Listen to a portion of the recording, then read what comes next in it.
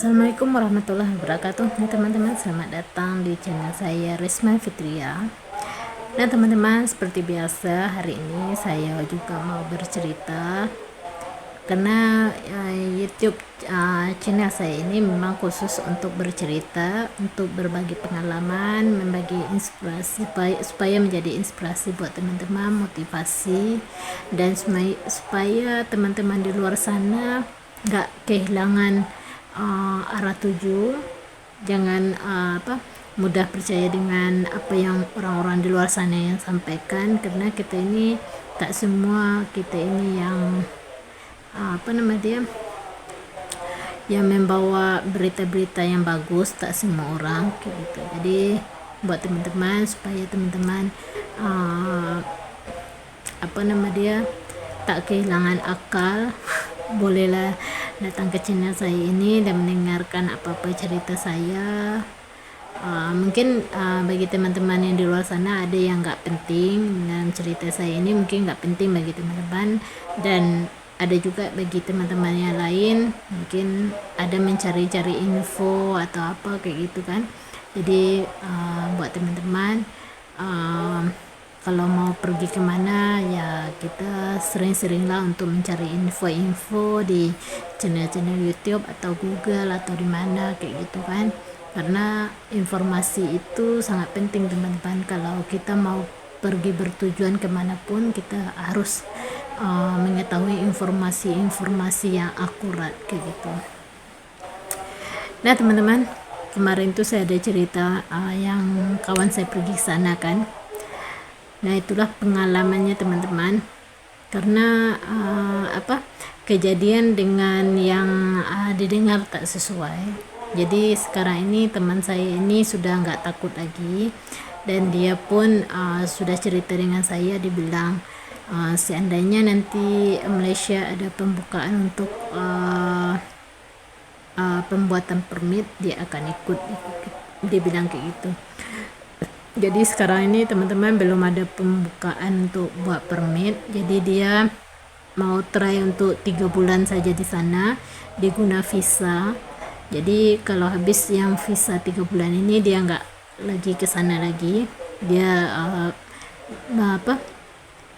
dia duduk di kampung dulu. Seandainya ada pembukaan nanti untuk buat permit, dia akan pergi ke sana. Karena apa teman-teman? Karena dia mungkin sudah sudah mulai berpikir kan. Mula-mula mungkin sebelum ini dia masih belum banyak dapat informasi, belum ada melihat channel-channel yang lain kayak gitu kan. Jadi dia merasa takut kayak gitu. Jadi selepas dia mendengar cerita dari saya ini, jadi dia terinspirasi dan dia pun semangat untuk pergi mencari nafkah ke sana.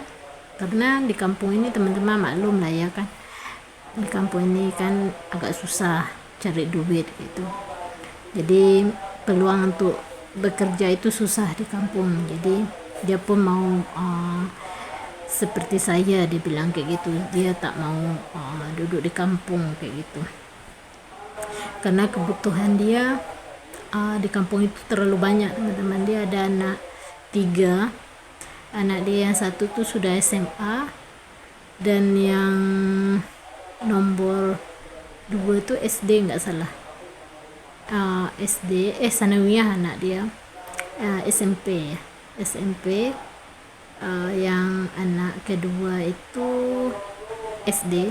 Yang terakhir anak dia masih umur 2 tahun kayak gitu. Jadi ditinggalkan semata-mata untuk mencari kerja di sana, untuk menghidupi anak-anak dia nantinya.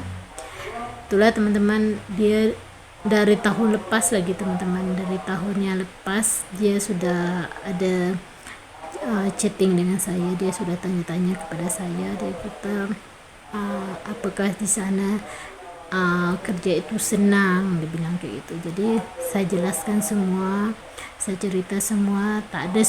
Tak ada kerja yang, kalau bagi saya tak ada kerja itu yang senang teman-teman, tak ada. Kita mesti harus berjuang kayak gitu. Kita menggunakan akal pikiran kita. kayak mana kita mau bertahan, kita harus mikir. Jangan kita kerja di sana itu kerja kayak gitu. Jangan, kita kerja di sana itu harus mikir juga teman-teman, harus pikirkan. Kita cari kerja yang bagus, gaji yang oke, kayak gitu. Jangan kita kerja di sana, kita pergi jauh-jauh cuma gaji kita 2 juta kayak gitu kan. Kalau setakat gaji kita 2 juta, baik kita duduk kampung kayak gitu kan. Kampung pun boleh dapat juga 2 juta 1 bulan kayak gitu kan. Jangan kita cari kerja itu asal-asalan kayak gitu, karena kita itu meninggalkan anak, meninggalkan orang tua, dan kita pun jauh di sana kan. Jadi buat apa kita jauh-jauh kalau hanya dapat pekerjaan itu yang gajinya semua 2 juta 3 juta kayak gitu. Jadi kalau bagi saya gaji segitu itu maknanya kita ini buang-buang tenaga. Baik kita di kampung kita kerja sambilan, kita boleh dapat segitu juga. Karena kenapa saya bilang kayak gitu, karena walaupun 2 juta kita duduk kampung, anak kita terjaga kayak itu, makan minum anak kita terjaga dengan kita kayak gitu kan. Jadi kasih sayang dari orang tua pun kita dapat, macam dia pun bagi kasih sayang untuk anak-anak dia, anak dia pun dapat kayak gitu kan. Jadi tak semudah yang orang bilang kan. Kadang orang ada bilang kan kerja di sana itu senang, mudah didapat. Memang kerja mudah didapat, cuma kita lihat pertama gaji kita, yang kedua kenyamanan, yang ketiga bos kita seperti apa perlakuannya kepada kita. Kita harus mikir yang itu teman-teman. Seandainya gaji kamu tinggi tapi kamu kerja 24 jam, jangan mau. Itu sama juga dengan bodoh kayak gitu kan. Kita harus jauh-jauh datang ke sana, kita harus mikir juga kesehatan kita, waktu untuk istirahat, kita harus mikir. Karena teman-teman, kalau kita kerja 24 jam memang gaji kita besar, tapi kita kerja itu 24 jam nggak ada istirahat.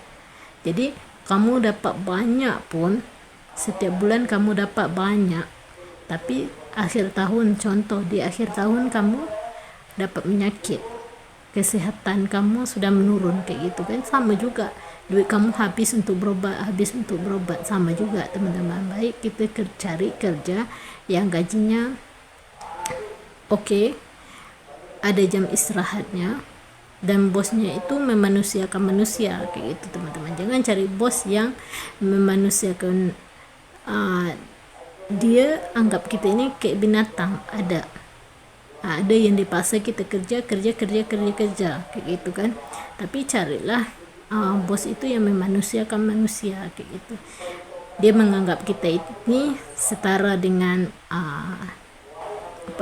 dia tahu kebutuhan kita, contoh jam istirahat kita, jam makan kita, dia tahu hal yang itu pun sudah beruntung teman-teman. Jangan kita kerja asal gaji besar, lepas itu kita kerja terus, lepas itu kita nggak mikir kesehatan. Sama juga kalau kita nggak mikir kesehatan kita, suatu hari duit kita pun akan habis untuk berobat teman-teman. Percayalah teman-teman, kalau nggak mikir kesehatan, mesti suatu hari kita akan sakit, duit yang kita simpan itu semua akan habis.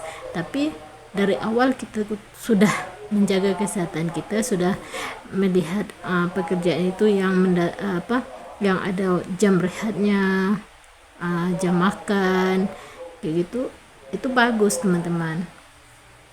Jadi kita jangan mikir duit kayak gitu. Nah teman-teman, sekian dulu video saya. Nanti saya sambung lagi dengan cerita-cerita saya yang lain, karena di surau rumah saya ini ada pengajian, jadi saya tak dapat hadir. Bukan tak dapat hadir, saya lagi berhalangan, jadi saya nggak ikut. Ini kedengaran kan orang tengah mengaji. Jadi itulah teman-teman, besok saya sambung lagi dengan video yang selanjutnya. Semoga teman-teman di luar sana itu terinspirasi dengan kisah-kisah saya ini, dengan cerita-cerita ini, dan saya sudah dan jangan lupa untuk teman-teman untuk support selalu channel saya ini dengan like, subscribe, dan komen. Bye.